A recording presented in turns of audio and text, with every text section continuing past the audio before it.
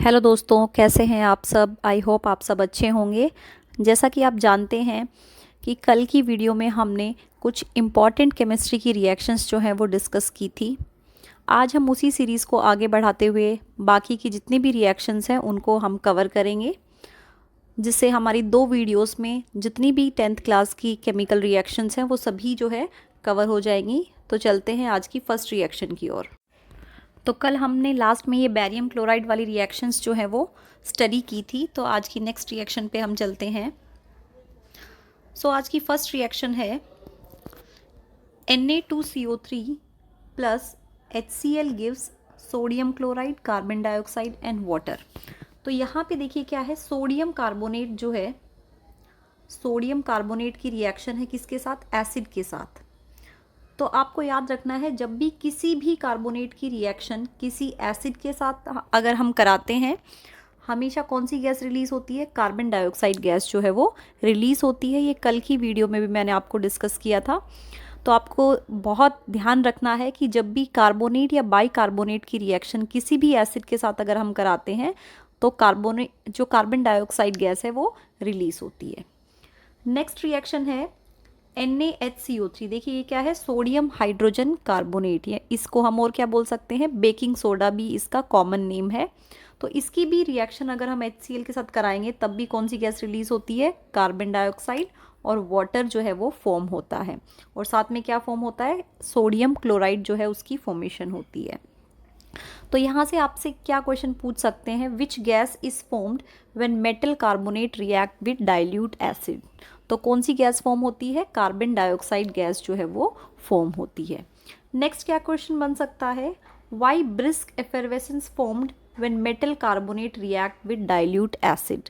तो brisk effervescence ये मैंने कल भी बताया था आपको, बबल्स लाइक फॉर्मेशन जो हो जाती है। कई बार आपने देखा होगा कोल्ड ड्रिंक के अंदर भी, when we are opening cold drink bottles, तो क्या होता है, हमें कुछ बबल्स दिखाई देते हैं जो अपवर्ड हाई प्रेशर से आ रहे होते हैं। तो वही क्या है, ब्रिस्क एफरवेसेंस होते हैं। तो अगर इस तरीके के ब्रिस्क एफरवेसेंस दिखाई देते हैं तो वो कौन सी गैस की वजह से होते हैं, कार्बन डाइऑक्साइड गैस की वजह से होते हैं। नेक्स्ट रिएक्शन NaHCO3, ये क्या है, बेकिंग सोडा।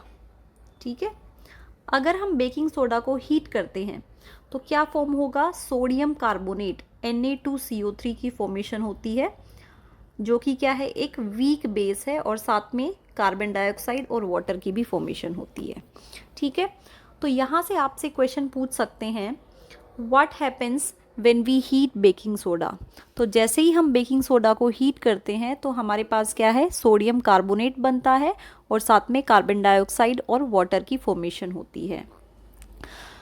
और क्या क्वेश्चन पूछ सकते हैं, what happens when baking soda is added to cake in spite of baking powder. देखिए क्या होगा, अगर हम बेकिंग सोडा ऐड कर देंगे केक में, तो जैसे ही बेकिंग सोडा हीट अप होगा तो क्या है, ये वाली रिएक्शन होगी और उससे क्या फॉर्म हो जाएगा, सोडियम कार्बोनेट जो है उसकी फॉर्मेशन हो जाती है, जो कि कैसा होता है, एक वीक बेस होता है। और आप सबको पता है जो बेस है that is bitter in taste. ठीक है, तो जो हमारा केक बनेगा वो कैसा बन जाएगा, बिटर टेस्ट का बन जाएगा, अच्छा नहीं बनेगा। इसीलिए हमें केक के अंदर बेकिंग सोडा नहीं बल्कि क्या ऐड करना चाहिए, बेकिंग पाउडर ऐड करना चाहिए। ठीक है, तो ये आपको याद रखना है। साथ में आप मुझे ये भी बताइए कि ये कौन से टाइप की रिएक्शन है, कॉम्बिनेशन रिएक्शन है, डिकम्पोजिशन है, डबल डिस्प्लेसमेंट या फिर डिस्प्लेसमेंट रिएक्शन है। तो आपको मैंने ऑप्शंस भी दे दिए हैं, आप आंसर कीजिएगा कि कौन से टाइप की रिएक्शंस हैं। नेक्स्ट रिएक्शन है, ये जो रिएक्शन दी हुई है ये क्या है, प्रिपरेशन ऑफ बेकिंग सोडा। ठीक है, प्रिपरेशन ऑफ बेकिंग सोडा। तो आपसे डायरेक्टली पूछ सकते हैं, how can you prepare baking soda, या फिर right the reaction for preparation of baking soda. तो बेकिंग सोडा की प्रिपरेशन के लिए रिएक्शन लिखिए। तो बेकिंग सोडा को हम देखिए कैसे प्रिपेयर कर सकते हैं, sodium chloride plus water carbon dioxide and ammonia. In 4 component से हम क्या कर सकते हैं, बेकिंग सोडा को प्रिपेयर कर सकते हैं। तो हमारा प्रोडक्ट क्या बन जाएगा, बेकिंग सोडा, और साथ में अमोनियम क्लोराइड जो है उसकी फॉर्मेशन होती है।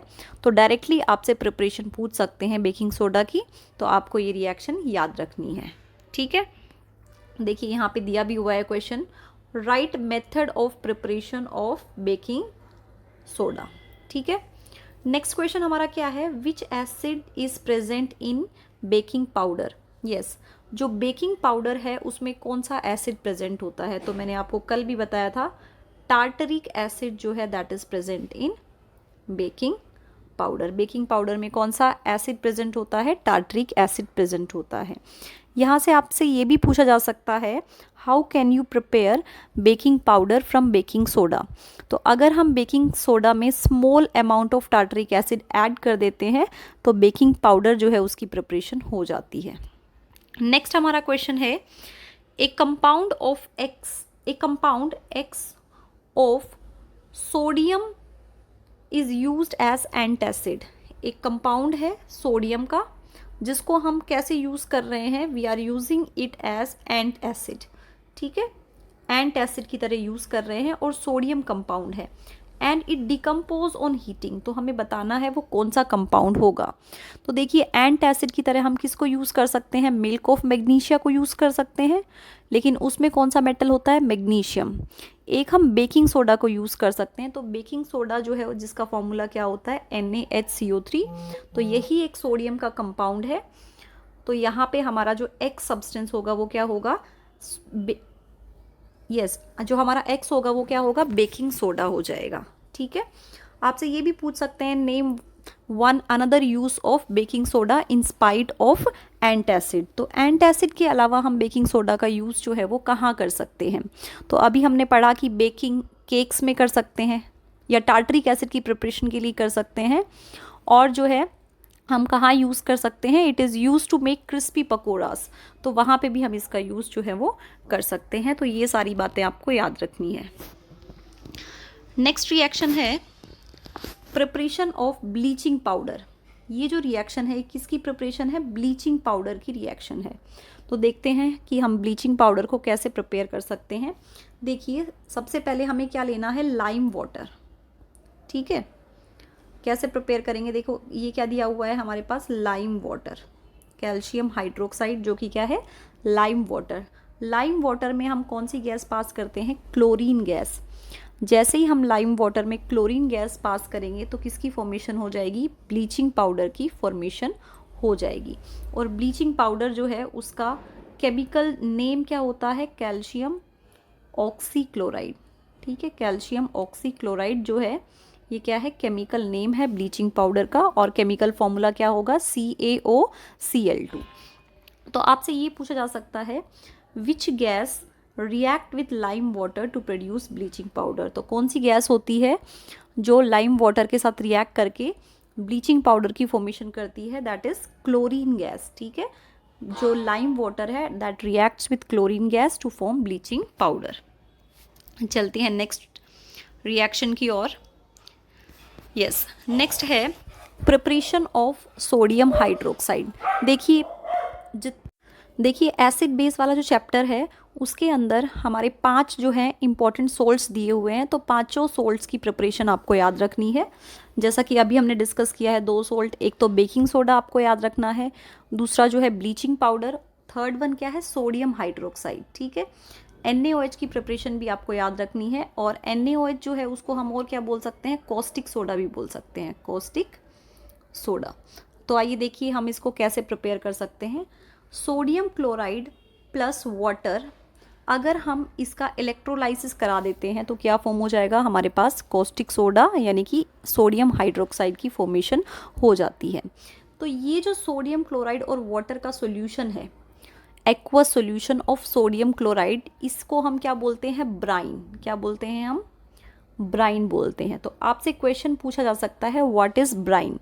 तो ब्राइन क्या होता है, aqua solution of sodium chloride is called brine. ठीक है, अब हम अगर ब्राइन का इलेक्ट्रोलाइसिस करवाएंगे तो क्या फॉर्म हो जाएगा, सोडियम हाइड्रोक्साइड जो है वो फॉर्म हो जाता है। और साथ में यहाँ पे दो गैस भी रिलीज होती है, hydrogen gas and chlorine gas.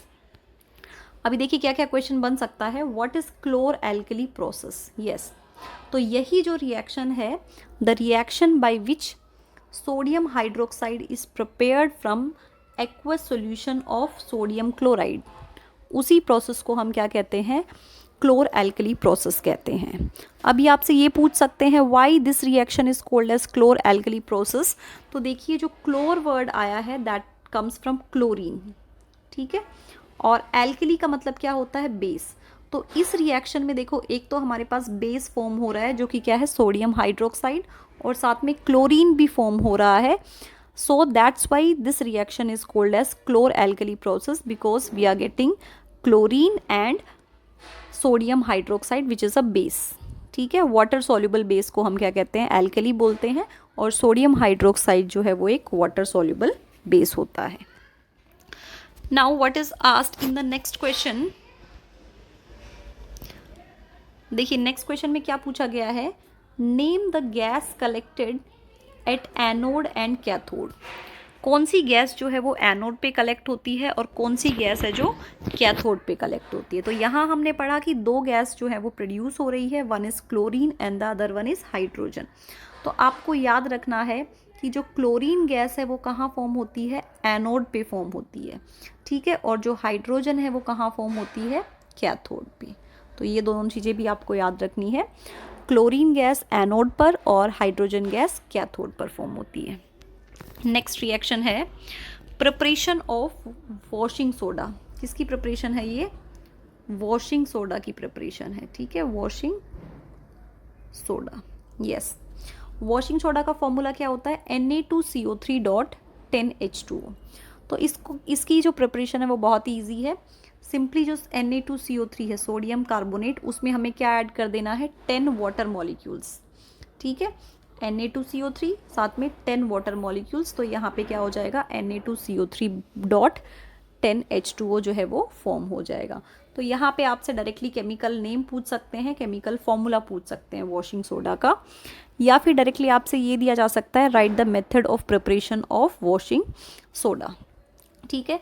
Washing soda के बारे में आपको एक बात और याद रखनी है, washing soda is use to remove temporary hardness of water, sorry permanent hardness of water, ठीक है। वॉशिंग सोडा जो है उसका यूज़ हम किसके लिए करते हैं?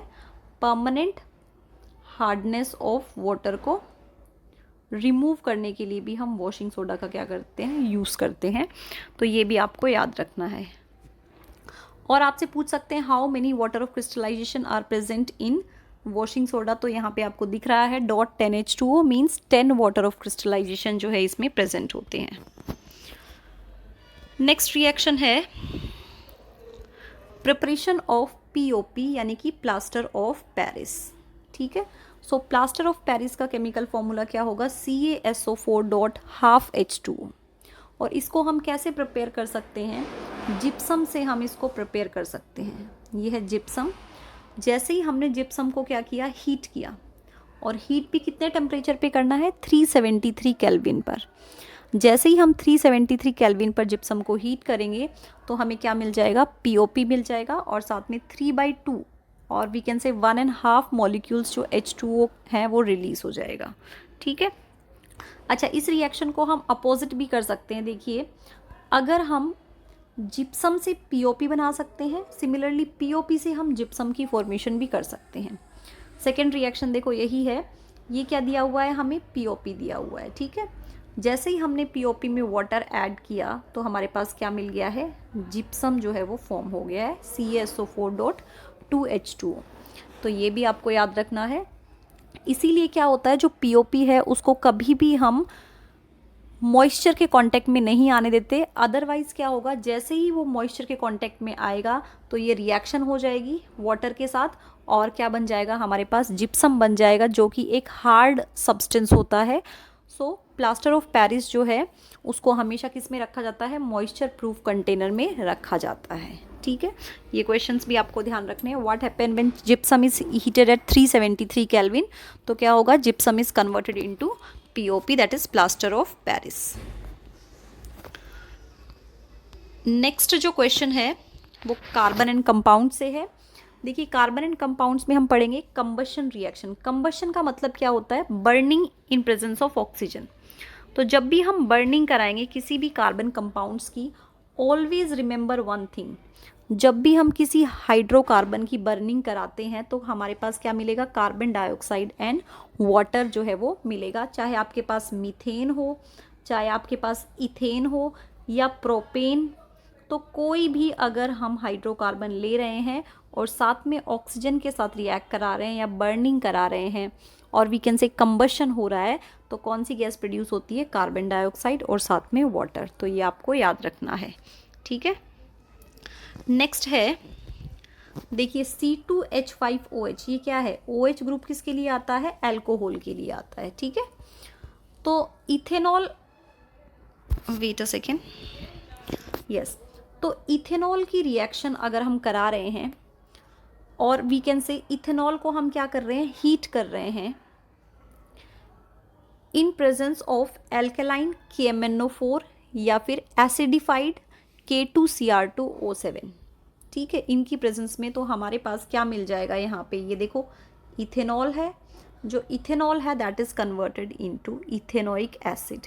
इथेनॉल किस में कन्वर्ट हो जाएगा? इथेनोइक एसिड के अंदर कन्वर्ट हो जाएगा, ठीक है।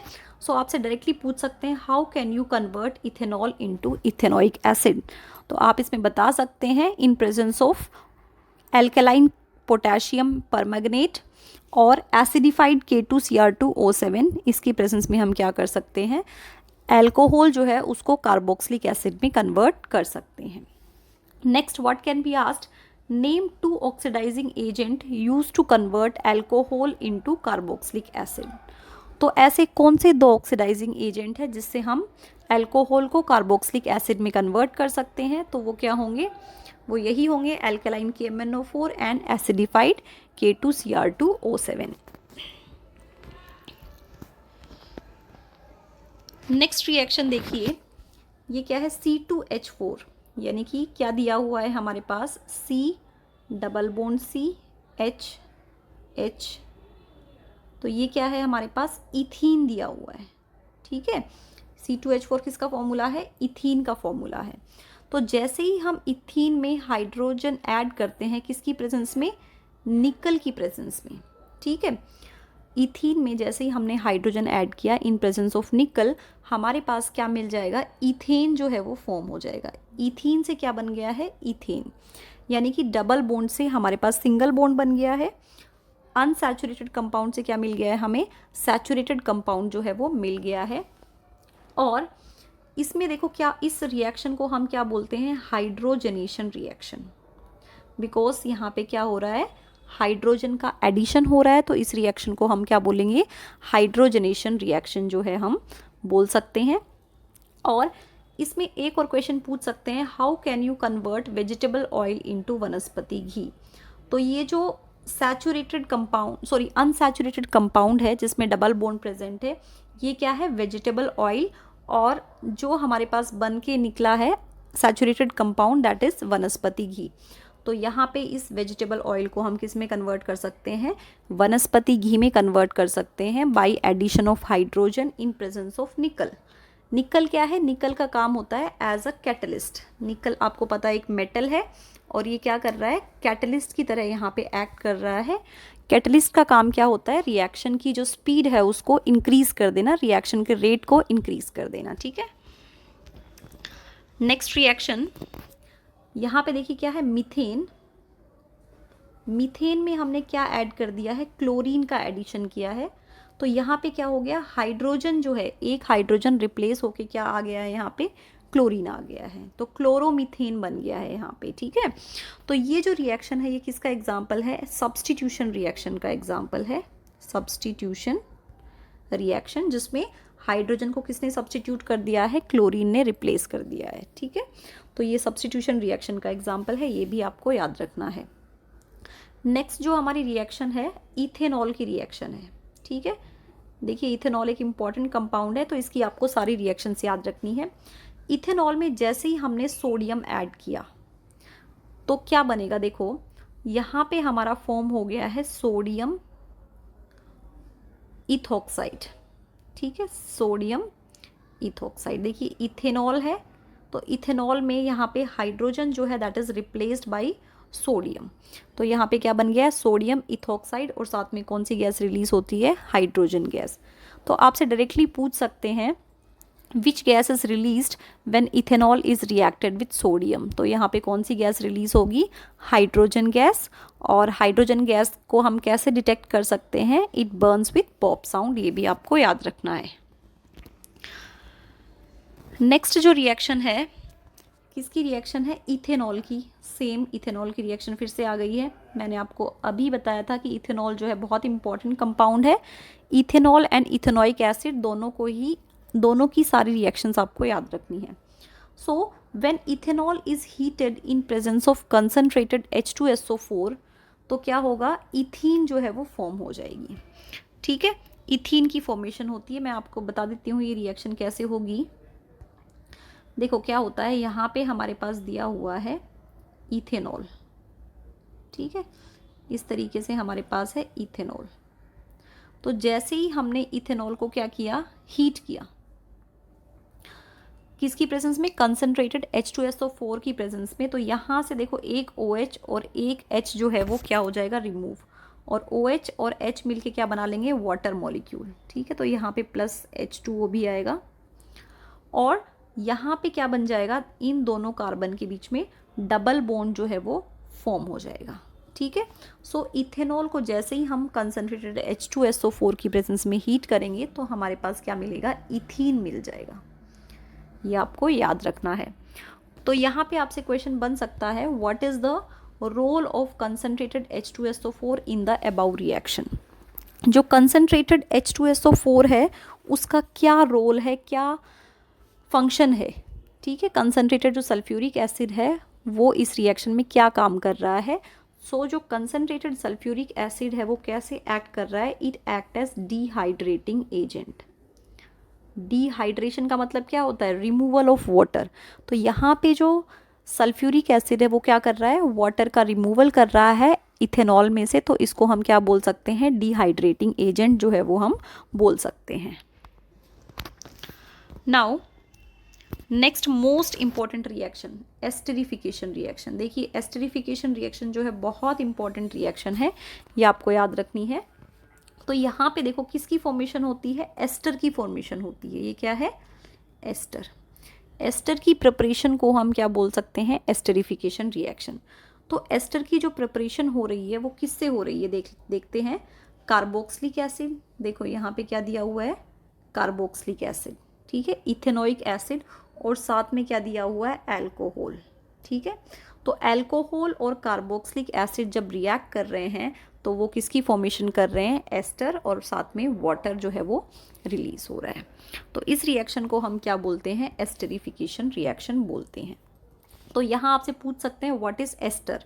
तो एस्टर क्या होता है, एस्टर एक स्वीट स्मेलिंग सब्सटेंस होता है, कार्बन कंपाउंड होता है जो कि कैसा होता है, स्वीट स्मेलिंग, या जिसकी फ्रूटी स्मेल होती है, ठीक है। और एस्टर का यूज़ हम कहाँ करते हैं, हम इसको फ्लेवरिंग एजेंट्स में यूज़ करते हैं। फ्लेवर के लिए जो है एस्टर का यूज़ किया जाता है, जैसा कि मैंने आपको बताया ये कैसी स्वीट स्मेल होती है इसकी, इसीलिए। और फ्लेवरिंग एजेंट्स में, परफ्यूम्स में, इन जगह पे हम क्या कर सकते हैं, एस्टर का यूज़ कर सकते हैं। एस्टरिफिकेशन रिएक्शन के साथ साथ आपको एक और रिएक्शन याद रखनी है, सैपोनिफिकेशन रिएक्शन। ये भी बहुत इंपॉर्टेंट रिएक्शन है। देखिए इसमें क्या होगा, जैसा आपने पढ़ा कि एस्टरिफिकेशन में एस्टर की फॉर्मेशन है, यहाँ पे सैपोनिफिकेशन जो रिएक्शन है उसमें क्या होगा, एस्टर जो है एज अ रिएक्टेंट है, एस्टर रिएक्ट कर रहा है किसके साथ, सोडियम हाइड्रोक्साइड के साथ, और क्या फॉर्म हो रहा है यहाँ पे, sodium salt of carboxylic acid, ठीक है। यहाँ पे sodium salt of carboxylic acid की फॉर्मेशन हो रही है। और आपने पढ़ा होगा सॉप क्या होते हैं, soaps are sodium and potassium salts of carboxylic acid, ठीक है।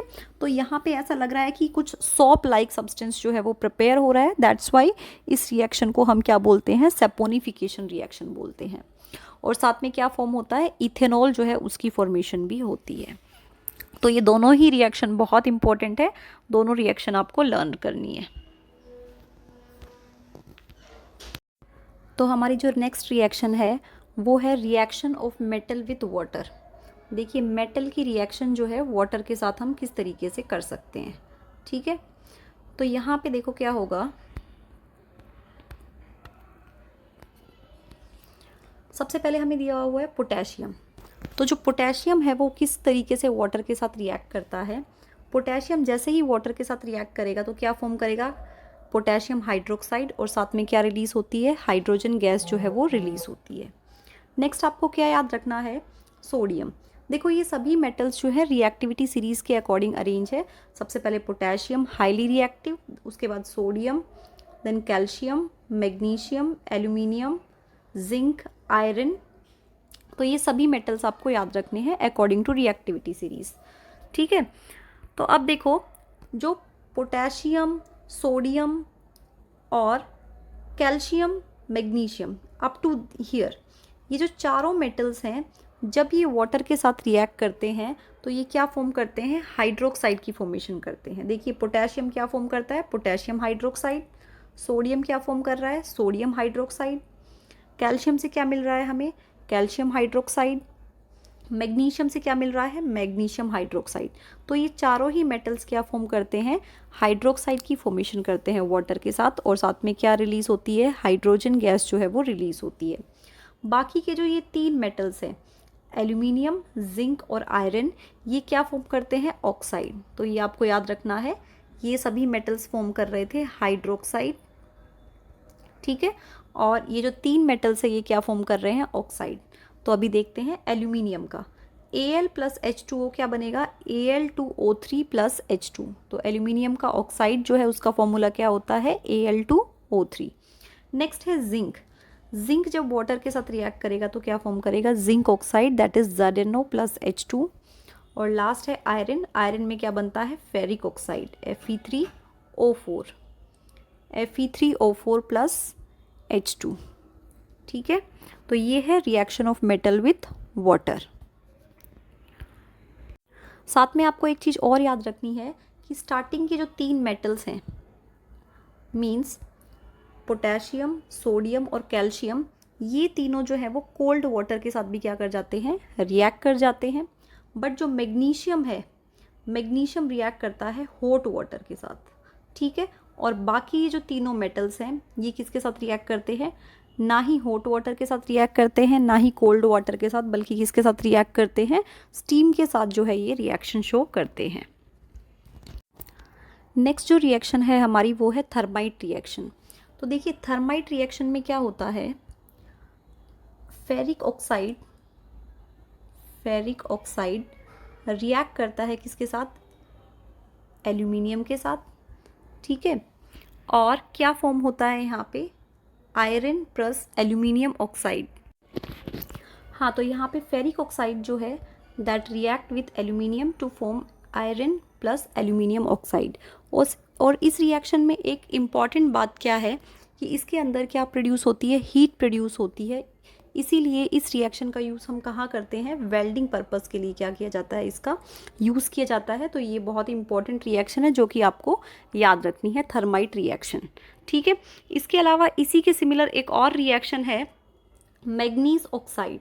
जब इसकी रिएक्शन एल्यूमिनियम के साथ होती है तो भी सेम तरीके से ये रिएक्ट करता है, मैग्नीज और एल्यूमिनियम ऑक्साइड की फॉर्मेशन होती है, और यहाँ पे भी क्या होती है, लार्ज अमाउंट में हीट रिलीज होती है। तो ये दोनों ही रिएक्शन आपको याद रखनी है।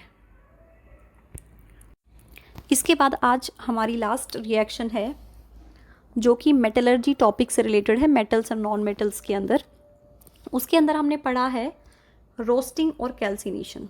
तो रोस्टिंग और कैल्सिनेशन जो है वो क्या, कौन से प्रोसेस होते हैं, वो प्रोसेस जिससे हम मेटल के कोई भी और है उसको हम कन्वर्ट करते हैं इनटू मेटल ऑक्साइड। रोस्टिंग में देखो क्या होता है, रोस्टिंग जो है that takes place in presence of oxygen, ठीक है, ऑक्सीजन की प्रेजेंस में होगी।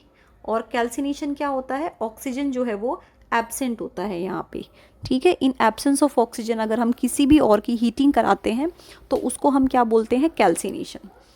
जो रोस्टिंग है वो किसके लिए यूज़ होता है, जनरली सल्फाइड ओर्स के लिए यूज़ किया जाता है, और जो कार्बोनेट है वो यूज़ करते हैं हम, सॉरी कैल्सिनेशन जो है उसका यूज़ करते हैं मोस्टली कार्बोनेट ओर के लिए।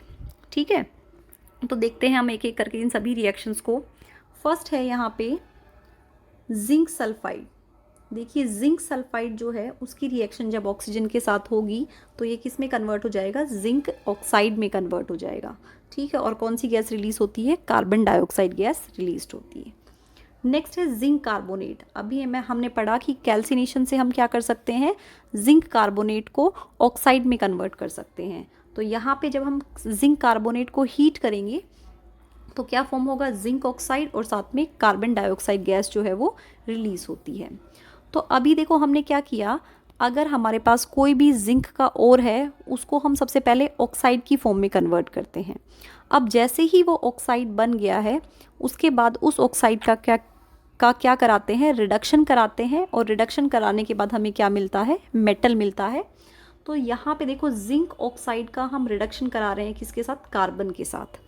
तो जैसे ही जिंक का ऑक्साइड का रिडक्शन कार्बन के साथ कराया तो हमारे पास क्या मिल गया है, मेटालिक जिंक जो है वो मिल गया है, और साथ में CO जो कार्बन मोनोऑक्साइड गैस है दैट इज प्रोड्यूस्ड। तो यहाँ पे हमारा मेन टारगेट क्या था, जिंक ऑब्टेन करना। ठीक है, जिंक को एक्सट्रैक्ट करना। अब जो हमें जिंक मिला है वो कंप्लीटली प्योर जिंक नहीं है, तो हम क्या करेंगे इसके बाद नेक्स्ट प्रोसेस जो है वो क्या होगा, इलेक्ट्रोलाइटिक रिफाइनिंग। ठीक है, तो किसी भी मेटल को हम इस तरीके से ऑब्टेन कर सकते हैं। सबसे पहले हम यहाँ पे 4 स्टेप्स होते हैं किसी भी मेटल को ऑब्टेन करने के लिए। सबसे पहले होता है कंसंट्रेशन ऑफ ओर, सेकेंड होता है conversion of ore into metal oxide, third step होता है reduction of metal oxide into metal, और फोर्थ स्टेप में क्या करते हैं, हम रिफाइनिंग करते हैं। ठीक है, नेक्स्ट मेटल को देखते हैं हम।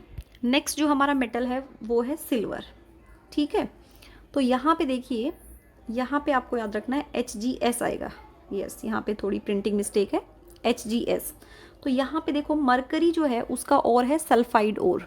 ठीक है, तो सबसे पहले हमने क्या करना है, सल्फाइड ओर को ऑक्साइड ओर में कन्वर्ट करना है, और उसके लिए हम कौन सा प्रोसेस यूज़ करेंगे, यहाँ पे भी हम रोस्टिंग यूज़ करेंगे। जैसा कि हमने अभी पढ़ा है कि सल्फाइड को ऑक्साइड में कन्वर्ट करने के लिए हम क्या कराते हैं, रोस्टिंग करवाते हैं। ठीक है, अब देखिए ऑक्साइड बन गया है, मर्क्यूरिक ऑक्साइड।